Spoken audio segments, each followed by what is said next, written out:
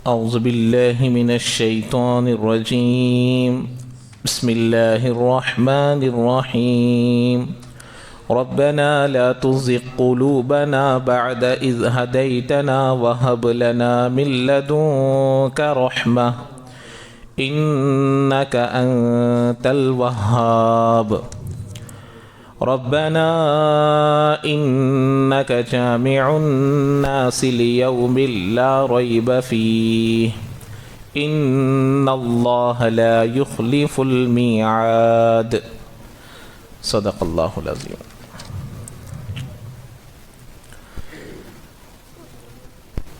تو قرآن میں دو قسم کی آیتیں ہیں، ایک محکمات کہلاتی ہیں جن پر پورے دین کی بنیاد ہے، وہی اصل ہے، اسی پر پوری زندگی کا مدار ہے، اور دوسری آیتیں وہ ہیں جو متشابہات کہلاتی ہیں، اس کی بھی دو قسمیں ہیں۔ بعض متشابہات میں سے پہلی قسم کی آیتیں وہ ہیں جن کا معنی علم رسوخ رکھنے والے اور اس کا کچھ معنی سمجھ میں آتا ہے، لیکن کچھ معنی سمجھ میں آتا ہے کا مطلب یہ نہیں ہے کہ مجھے جو سمجھ میں آتا ہے وہ، بلکہ وہ معنی جو اللہ کے نبی علیہ السلام نے بتائی ہو یا پھر صحابہ نے بتایا ہو۔ دیکھیے، قرآن کو حل کیا جاتا ہے قرآن کے ذریعے سے۔ قرآن کی بعض آیتیں بعض آیتوں کی تفسیر کرتی ہیں، قرآن کی بعض آیتوں کا مطلب خود قرآن بتاتی ہیں، جیسے کہ میں شروع میں آپ لوگوں کو بتایا تھا درس قرآن شروع کرنے سے پہلے۔ دوسرا ہے قرآن کو نبی کی تعلیمات سے، احادیث مبارکہ سے حل کرنا، کہ اس کا کیا مطلب ہے، اللہ کے نبی نے کسی حدیث میں بیان کیا ہے کیا۔ تیسری قسم ہے قرآن کو صحابہ کے اقوال سے حل کرنا۔ یہ تین چیزوں کو چھوڑ کر اگر آدمی اپنی رائے کو، تفسیر بھی رائے کہتے ہیں اس کو، یعنی اپنے لیے جو سمجھ میں آ گیا وہ صحیح سمجھا، تو گمراہ ہو جائے گا۔ دنیا میں جتنے بھی گمراہ فرقے ہیں، چاہے وہ کون سا بھی فرقہ لے لیجیے آپ، وہ ان تین چیزوں سے ہٹنے کی وجہ سے گمراہ کہلاتا ہے۔ قرآن کو قرآن سے حل کرنا، یا قرآن کو نبی کی تعلیمات سے حل کرنا، یا قرآن کو صحابہ کی تعلیمات سے حل کرنا، ان تینوں کو جب چھوڑ دیں گے تو گمراہ ہو جائیں گے۔ جیسے اللہ کے نبی قرآن میں ہے قل انما انا بشر، قل انما انا بشر مثلکم یوحی الی۔ اللہ تعالیٰ سورہ کہف میں فرما رہے ہیں کہ اے نبی جی آپ کہہ دیجئے کہ میں ایک انسان ہوں تمہاری طرح، میں ایک انسان ہوں، مثلکم تمہاری طرح ایک انسان ہوں، بس میری طرف ایک وحی کی جاتی ہے۔ تو اب یہاں انما عربی میں کیا اس کا مطلب ہے، حصر کے لیے لایا جاتا، یقیناً ضرور کے معنی میں لایا جاتا، لیکن جو بریلوی حضرات ہے اس ماں کو نفی کے معنی میں لیتے ہیں، ما انا بشر، کہ انما یہ ماں جو ہے نہیں ہوں میں انسان۔ تو یہ معنی کہاں سے لے کر آیا؟ کیا صحابہ نے کہا، کیا نبی نے کہا، یا قرآن کہہ رہا ہے؟ نہیں۔ تو معلوم ہوا ہم لوگ جو معنی سمجھتے وہ معنی نہیں ہے، ان تین چیزوں سے جو معنی سمجھ میں آتا ہے وہ ہے متشابہات کی پہلی قسم۔ دوسری قسم وہ ہے جس کا اللہ کے علاوہ کسی کو علم نہیں ہے، کسی کو علم نہیں۔ جیسے بتایا اسی سورت کے شروع میں الف لام میم، الف لام را، طا سین یاسین، حروف مقطعات۔ اسی طریقے سے اللہ عرش پر ہے، اس کا معنی بھی اللہ کیسے آئیں گے، اللہ کس طریقے سے آئیں گے، اللہ اس کا معنی بھی کس کو معلوم ہے؟ اللہ کے علاوہ کسی اور کو نہیں معلوم۔ تو اب یہاں پر دیکھیے، جیسے کہ آپ لوگوں کو معلوم ہے کہ موقع محل کے موافق ہمارے اکثر و بیشتر جب ہمارا درس چلتا ہے تو بسا اوقات موقع محل کے حساب سے جو بحثیں چلتی رہتی ہے یا جو احوال چلتے رہتے ہیں اس کے موافق چلتی ہیں، تو وہ میں بعد میں آپ لوگوں کو بتاتا ہوں۔ تو پہلے یہ جو نجران سے جو وفد آیا تھا، وہ نجران سے جو جماعت آئی تھی 60 لوگوں کی، جس میں 14 یا 15 لوگ معزز تھے، اس میں سے پھر 3 ابو الحارثہ وغیرہ جو 3 حضرات تھے، تو وہ آیتیں اب حضرت عیسیٰ علیہ السلام کے سلسلے میں انہوں نے کہا کہ یہ خدا ہے، جیسے کہ روح اللہ ہے، کلمت اللہ ہے، تو اللہ کی روح اور اللہ کا کلمہ، اس وجہ سے انہوں نے کیا کہا، یہ وہ کلمات ہے، وہ آیتیں ہیں، وہ سینٹنس ہے، وہ جملہ ہے جو متشابہات کہلاتی ہیں۔ محکم آیتیں کئی سارے ہیں، لیکن کئی سارے آیتوں کو چھوڑ کر متشابہات آیت کو پکڑ لینا یہ دل کے ٹیڑھا پن ہونے کی علامت ہے۔ دل کے بیمار ہونے کی علامت ہے. اسی لیے اللہ نے یہاں پر وہی جملے کو استعمال کیا, فی قلوبہم زیغن, ٹیڑھا پن, نہ ماننے کی ضد. تو ان ایسی آیتیں جو مطلب جن کا مطلب واضح ہے, جن کا مطلب کھلا ہے, سمجھ میں آ جاتا ہے کہ اس کا کیا مطلب ہے. جیسے اس کی کئی سارے آیتیں ہیں, ان ہوا الا عبد انعمنا علیہ. اللہ نے ایک جگہ کیا فرمایا, حضرت عیسیٰ بندے ہیں جن کے طرف ہم نے انعام کیا. اللہ یہاں کیا لفظ استعمال کیا, عبدن استعمال کیا. تو جب عبدن کہا تو خدا کیسے ہو سکتے ہیں؟ ان ہوا الا عبد انعمنا علیہ, جن پر ہم نے انعام کیا. پھر دوسری جگہ فرمایا ان مثل عیسیٰ عند اللہ کمثل آدم. عیسیٰ علیہ السلام کی مثال اللہ کے نزدیک ایسے ہی ہے جیسے آدم علیہ السلام کی مثال ہے. اللہ نے آدم علیہ السلام کو بغیر ماں باپ کے پیدا کیا, ایسے ہی اللہ نے حضرت عیسیٰ کو بغیر باپ کے پیدا کیا. تو کیا پھر تم حضرت آدم کو بھی باپ مانو گے, حضرت آدم کو بھی خدا مانو گے؟ جب حضرت خدا تو ان سے بھی زیادہ اعلیٰ درجے میں پیدا ہوئے ہیں, نہ ان کی ماں تھی نہ باپ تھا. تو حضرت عیسیٰ تو ماں کے ذریعے سے پیدا ہوئے ہیں. تو اللہ تعالیٰ ان کو یہ بات بھی بتا رہے ہیں کہ دیکھو حضرت عیسیٰ کی مثال اللہ کے نزدیک ایسے ہی ہے جیسے حضرت آدم کی ہے. حضرت آدم کو تو اللہ نے بغیر ماں باپ کے پیدا کیا, اور حضرت عیسیٰ کو ماں کے ساتھ پیدا کیا. خلقہ من تراب, اللہ کہتے ہیں کہ دیکھو ہم نے مٹی سے بنایا. حضرت آدم کو بھی مٹی سے ہی پیدا کیا, حضرت عیسیٰ کو بھی مٹی سے ہی پیدا کیا. اس میں کوئی خدائیت نظر نہیں آتی. ارے خدا کون ہے, وہ تمام آیتوں سے بات واضح ہو رہی ہے. آگے دوسری جگہ فرمایا ذالک عیسی ابن مریم قول الحق حق الذی فیہ یمترون. یہ ایسی حضرت عیسیٰ علیہ السلام ایک ایسی ذات ہے جس میں تم لوگ شک کرتے ہو, جس میں تم لوگ کیا کر رہے ہو, شک کر رہے ہو. حالانکہ کئی ساری آیتیں, قرآن, نبی کی تعلیمات, تمام چیزیں واضح کر رہے ہیں کہ یہ ایک بندے ہیں, ایک نبی ہے, ایک رسول ہے, اس کے علاوہ اور کچھ نہیں ہے. اور اللہ آگے ایک دوسری جگہ فرمایا ما کان للہ ان یتخذ من ولد. اللہ کی ذات ایسی نہیں ہے کہ اللہ کسی کو بیٹا بنا لے. ارے بھائی کسی کا بیٹا ہونا یہ انسان ہونے کی علامت ہے, خدا ہونے کی علامت نہیں. اللہ تو کریٹر ہے, خالق ہے, اللہ بنانے والا ہے. یہ باپ بیٹا کا جو سلسلہ ہے یہ کیسے ہوتا ہے, اس کے لیے محتاج ہونا ضروری ہے. ارے باپ بننے کے لیے بیوی ہونا ضروری, بیوی کے بغیر کہاں سے باپ بن سکتا ہے؟ تو اللہ ایسا محتاج نہیں ہے. تو اللہ تبارک و تعالیٰ کے لیے کوئی اولاد نہیں ہے. لم یلد ولم یولد, نہ وہ پیدا ہوا ہے نہ اس سے کوئی پیدا ہوا ہے. سورہ اخلاص جس میں توحید کی پوری آیت توحید کو واضح کرتی ہے.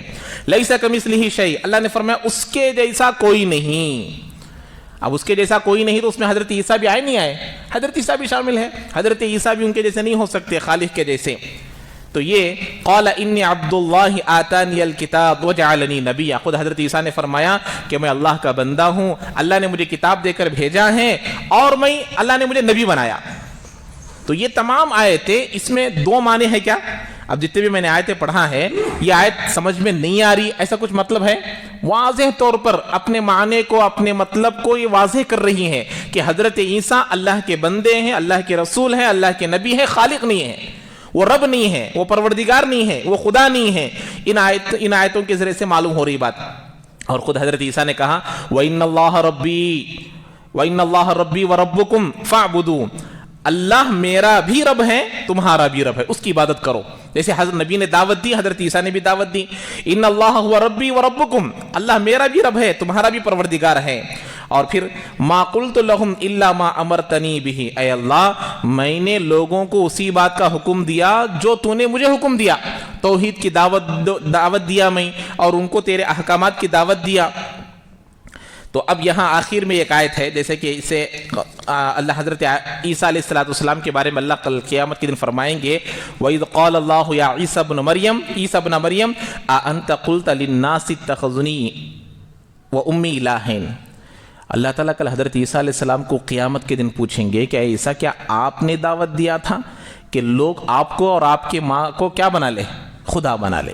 اللہ تعالیٰ پوچھیں گے حضرت عیسیٰ سے, ڈائریکٹ پوچھیں گے کل قیامت کے دن وَأُمِّيَ إِلَٰهَيْنِ مِن دُونِ اللَّهِ, اللہ کو چھوڑ کر ان کو آپ خدا بنانے کی دعوت دیے تھے. تو حضرت عیسیٰ کہیں گے قَالَ سُبْحَانَكَ, اے اللہ تیری ذات پاک ہے, تیری ذات پاک ہے. اللہ نے اس کو بھی بیان کیا قرآن. ان آیتوں کو چھوڑ کر کلمت اللہ روح اللہ کو پکڑ کر بیٹھے ہیں. ما یکون لی ان اقول ما لیس بی حق, اے اللہ مجھے ایسی دعوت دینے کا کوئی حق نہیں, لوگوں کو ایسی بات کہنے کا مجھے کوئی حق نہیں جس کا میں مالک نہیں ہوں. مجھے کچھ ہے ایسے جملہ کہنے کا مجھے حق ہی نہیں ہے کہ جس کا میں مالک ہی نہیں ہوں. کیا کہا پھر آگے فرماتے ہیں ان کنت قلتہ فقد علمتہ، اگر میں نے کہا ہے تو تو جانتا ہے. اگر میں لوگوں کو کہا کہ دیکھو مجھے معبود بنا لو، میری ماں کو خدا بنا لو، اگر میں نے ایسا کہا ہے تو تو جانتا ہے. تعلم ما فی نفسی، میرے دل میں کیا ہے تو جانتا ہے. ولا اعلم ما فی نفسک، میں نہیں جانتا کہ تیرے دل میں کیا ہے، لیکن تجھے معلوم ہے کہ میرے دل میں کیا ہے اور میں کیا دعوت دے کر آیا ہوں یہ بھی تجھے معلوم ہے.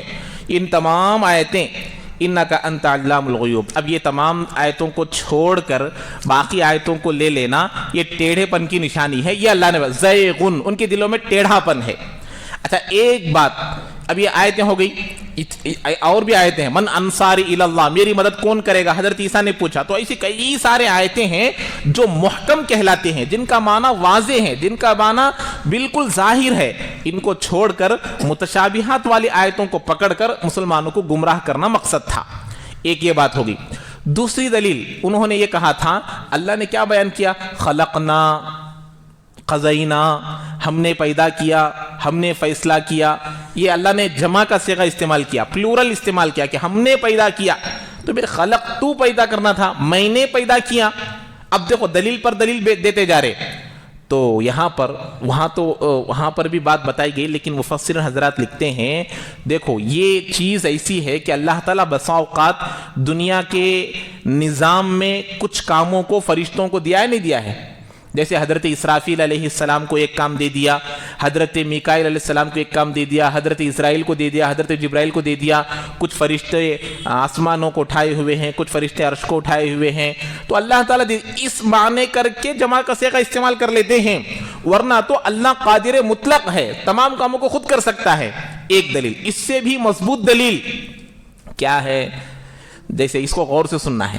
خلقنا جیسے اللہ نے بیان کیا، کسی بھی ایک جگہ قرآن میں ہو یا حدیث میں ہو، کسی بھی جگہ تورات ہو، زبور ہو، انجیل ہو، تمام صحیفوں میں ایک ایسا لفظ دکھا دو، فاعبدونا، ہماری عبادت کرو.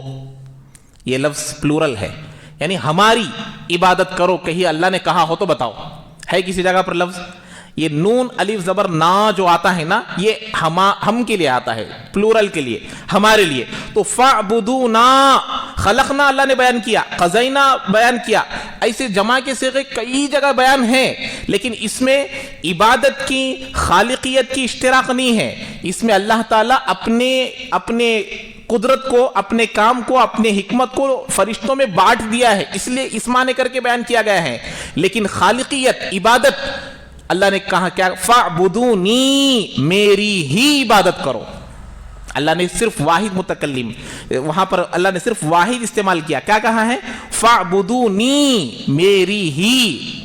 وہاں عربی میں اس کو نون وقایا بولتے ہیں، جو نون آتا ہے، نون کی ضرورت نہیں ہے، نون لے کر آتے یا پڑھنے کے لیے. تو اس میں تاکید آ گئی، عبادت میں کوئی شریک نہیں ہے. اگر اللہ کے علاوہ کوئی اور بھی خدا ہوتا تو فاعبدونا آتا تھا کہ ہماری عبادت کرو، عیسیٰ کی عبادت کرو، فرشتوں کی عبادت کرو. اللہ نے ایسا نہیں کہا، ایک لفظ بھی نہیں دکھا سکتے. تو یہ ان کے اس دلیل کے خلاف یہ بھی ایک جواب ہے. اب دیکھیے، جیسے کہ اسی آیت کے شروع میں آپ کو جملہ بتایا گیا تھا، اللہ لا الہ الا هو الحی القیوم. اللہ وہ ہے جو جس کے سوا کوئی معبود نہیں، زندہ ہے اور تھامنے والا ہے. زندہ ہے، تھامنے والا ہے. جیسے کہ احوال کے حساب سے، حالات کے حساب سے تفسیر بسا اوقات ہماری چلتی ہے، ہمارا درس چلتا ہے. جیسے کہ آپ لوگوں کو معلوم ہے 2 دن پہلے مناظرہ ہوا، ڈیبیٹ ہوئی، اس کے اندر اللہ کے وجود کے سلسلے میں بحث ہوئی. جو باتیں اللہ نے قرآن میں بیان کر دیا ہے، جن کو ہم ملحد بولتے ہیں، الہاد، اللہ نے ان کو ملحد، اللہ کا انکار کرنے والے. تو بہترین انداز میں، حالانکہ وہ جو ہمارے مفتی شمائل صاحب تھے وہ بالکل ہمارے اسلام کے ماننے والے ہیں، ندوہ سے فارغ ہیں، لیکن ان کے اس بات کی وجہ سے دوسرے مذاہب والے بھی متاثر ہو گئے جو خدا کے وجود کو مانتے ہیں. اس سے پہلے میں نے آپ لوگوں کو بتایا تھا آپ غیر کو بھی جا کر پوچھئے, کسی سے جا کر پوچھئے بھئی کس نے پیدا کیا دنیا کو, کیا بولتے؟ دیوڑو بولتے. ایک بغیر روپ کے رہنے والی چیز کو بولتے.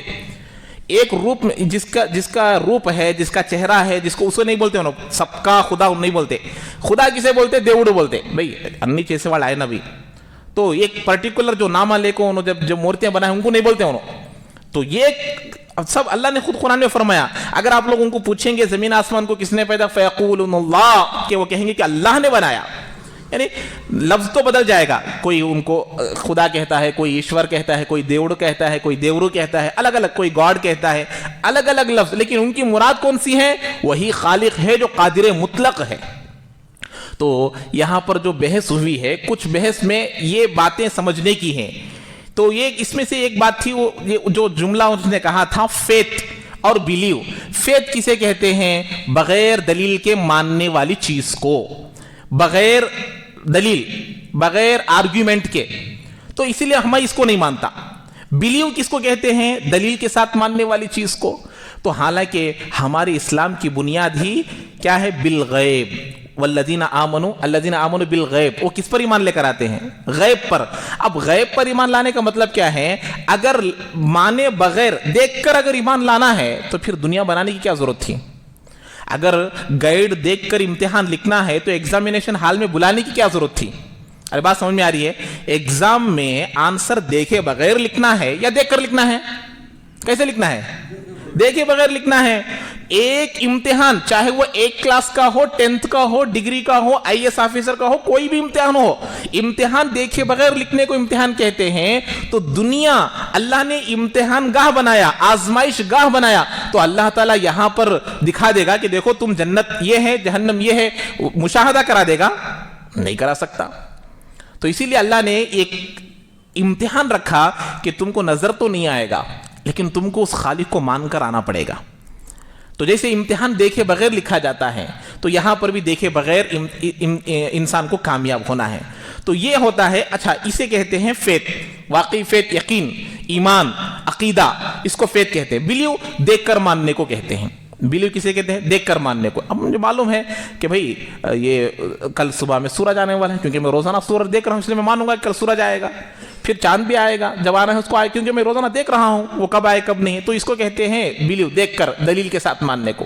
ہمارے اسلام کی بنیادی ہے کہ فیتھ پر ہے, کہ یقین پر ہے کہ ہمارے نبی نے, ہمارے قرآن نے, یہ ایک ہماری چین چل رہی ہے کہ ہمارا اس پر پورا یقین ہے. تو اس لیے ہمارا اسلام اس کی بنیاد پر چلتا ہے. اب دیکھیے وہاں پر جو جملہ بتایا گیا, میں کچھ آپ لوگوں کو اس کی باتیں بتانا چاہتا ہوں. وہ ہے کنٹینجنسی, امکان الوجود. اس کو سمجھنا ہے. دیکھیے وہ جو بحث ہوئی ہے باقاعدہ کس پر ہوئی ہے؟ اللہ ہے یا نہیں. انٹینجنسی کہتے ہیں امکان الوجود, ممکن الوجود. جیسے دنیا ہی لے لیجئے یا میرا لے لیجئے.